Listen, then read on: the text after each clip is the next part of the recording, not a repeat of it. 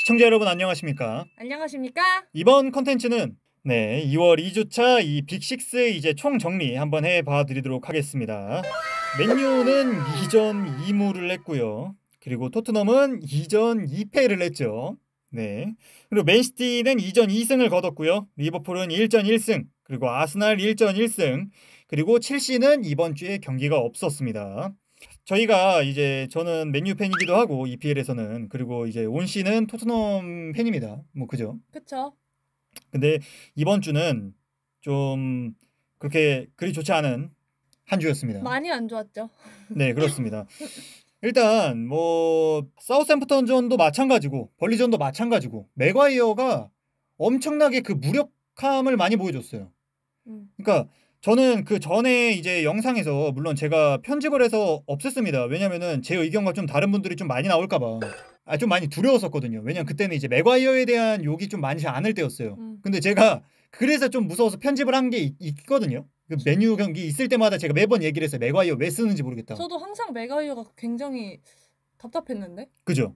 근데 이번에는 속 시원하게 얘기하고 편집 안 할 수 있을 것 같습니다. 맥과이어 이거 버려야 됩니다.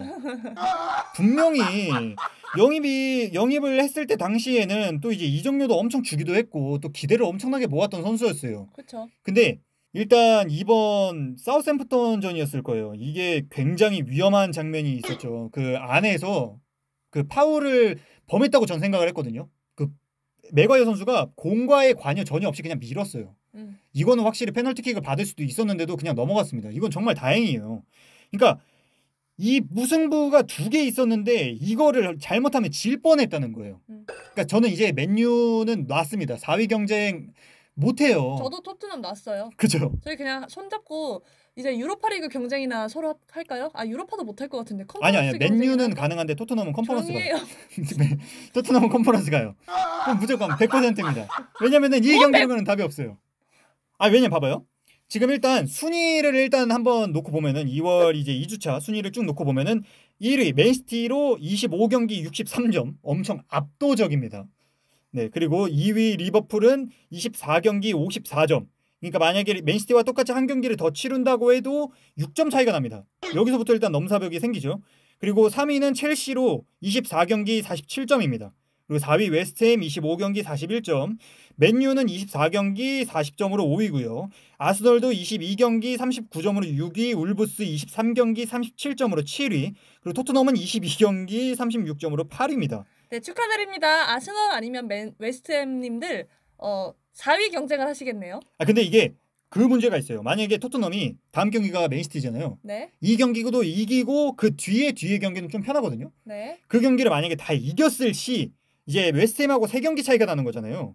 그럼 3경기 차이를 다 더하게 되면 이제 45점입니다. 그러니까 3위인 첼시하고는 2점 차이가 나게 되는데 맨유가 다 이긴다고 해도 43점. 근데 아스날이 문제죠. 아스날이 득실차도 있기 때문에 아스날도 똑같이 다 이기고 올라가 버리면 토트넘이 5위로 밀립니다. 그러니까 아스널이 질 때 토트넘이 이겨야지 가능한 4위 싸움입니다. 근데 아스날도 이 1대0 이 경기도 좀 아슬아슬했어요. 울버햄튼전 때 마갈량히스 선수가 골을 넣었거든요. 네, 맞아요. 근데 이 경기도 좀 아슬아슬했습니다. 울버햄튼한테도 기회가 있었고, 그리고 아스날이 실수한 부분도 굉장히 많았기 때문에 솔직히 이 경기는 또 비길 수도 있었어요. 그러니까 기회가 없는 건 아닙니다. 기회가 없는 건 아니지만 힘든 건 사실이다. 아스날하고 골 득실 차이가 어마무시합니다. 그건 못 따라잡습니다. 근데 맨유 같은 경우에는 뭐 이미 경기 수가 어느 정도 찼기 때문에 좀 힘들다고 보는 게 맞습니다. 이 6위 아스날하고는 이미 1점 차밖에 안 나는데도 이미 2경기 차이가 난다는 건 아스날이 2번 비기더라도 맨유가 떨어집니다. 1점 차이로.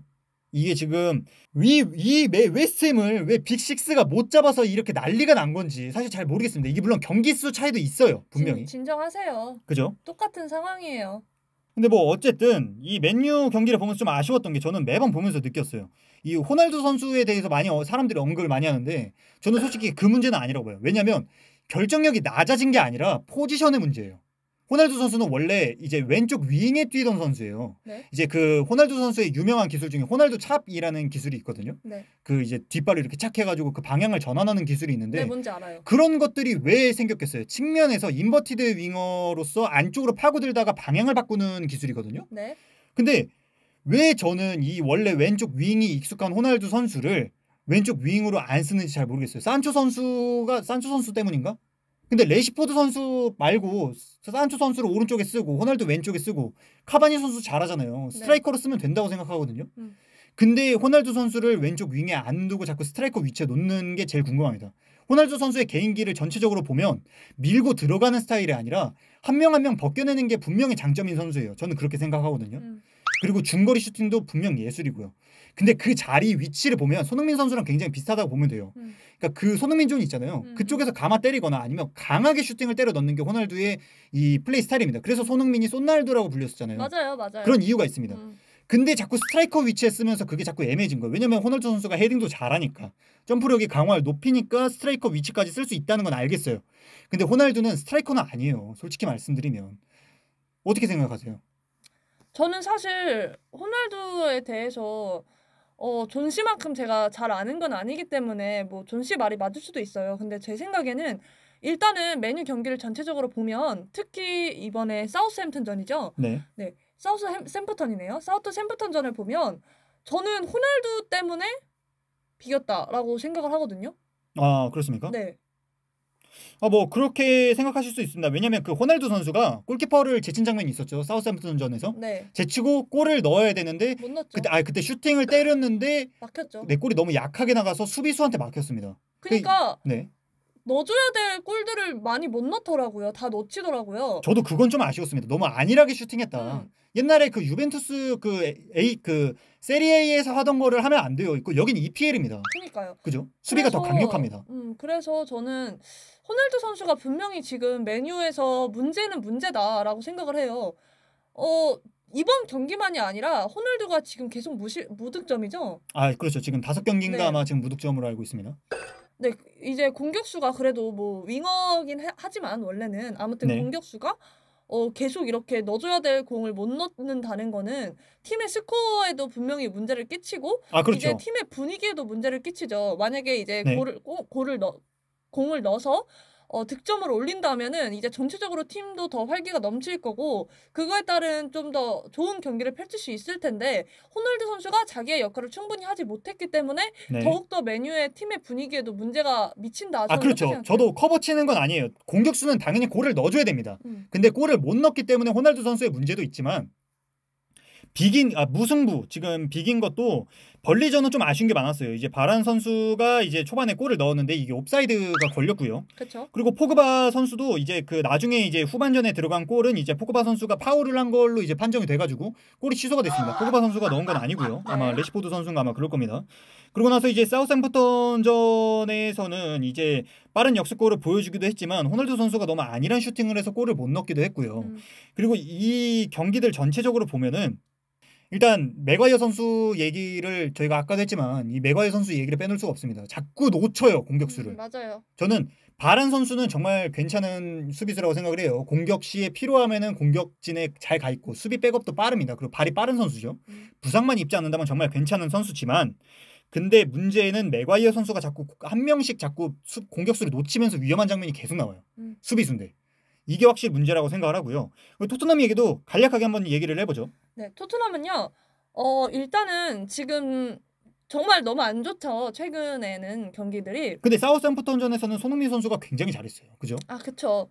그때는 이제 케인 선수, 손흥민 선수 굉장히 잘했었죠. 자책골로 되기는 했지만 두 골 다 손흥민 선수의 그쵸. 골이라고 해도 다름이 없었습니다. 네, 잘했어요. 근데 이제 그때도 손흥민 선수랑 우리 공격진 선수들만 잘했고 그때도 이제 사우스햄프턴 전에도 수비 선수랑 오른쪽 윙 그리고 일부분의 미드필더 이렇게는 굉장히 못했다.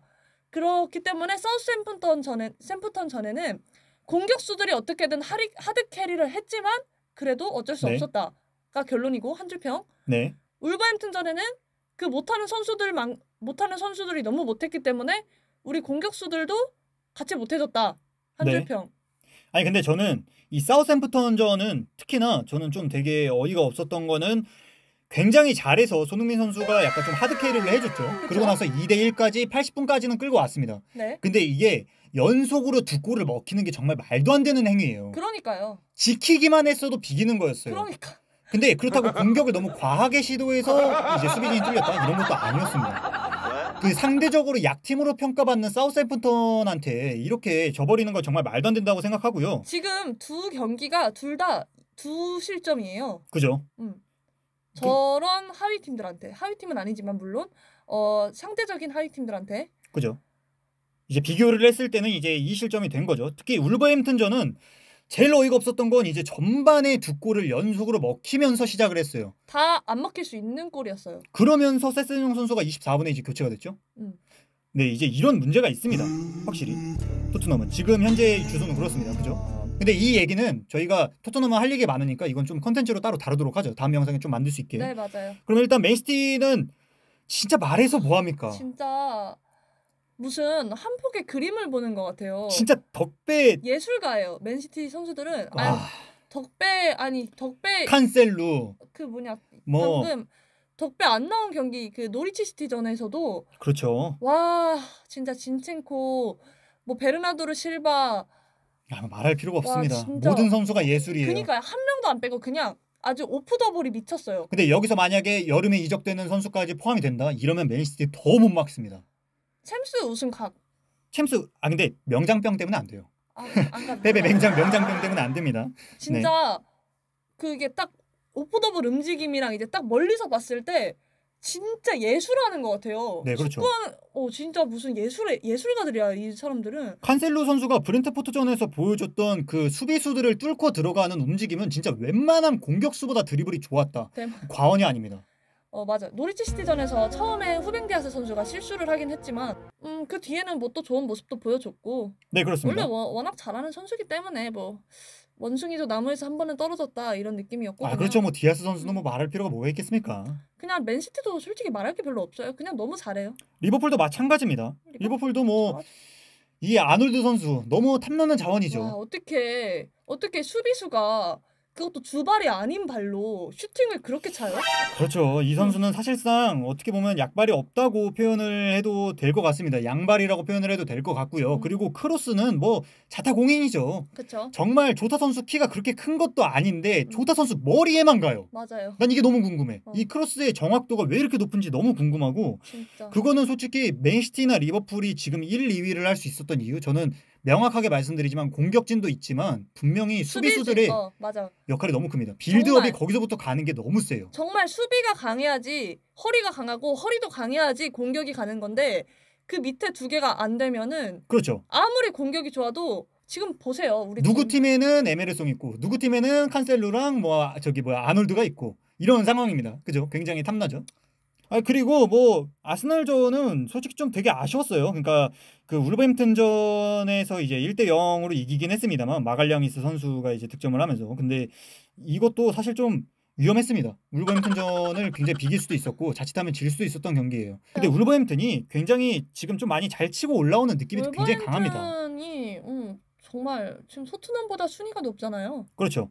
이 라울 히메네스 선수도 굉장히 요새 그 토트넘전에서도 골을 넣기도 했죠. 와 수비도 좋고 울버햄튼 선수들 좋던데요. 잘하던데. 전술이 전 좋다고 생각해요. 너무 잘해. 전술이 너무 좋아요. 아니 근데 그것도 그렇고 저는 진짜 이번에 울버햄튼전 보면서 또 토트넘 얘기로 돌아왔지만 한 번만 말할게요.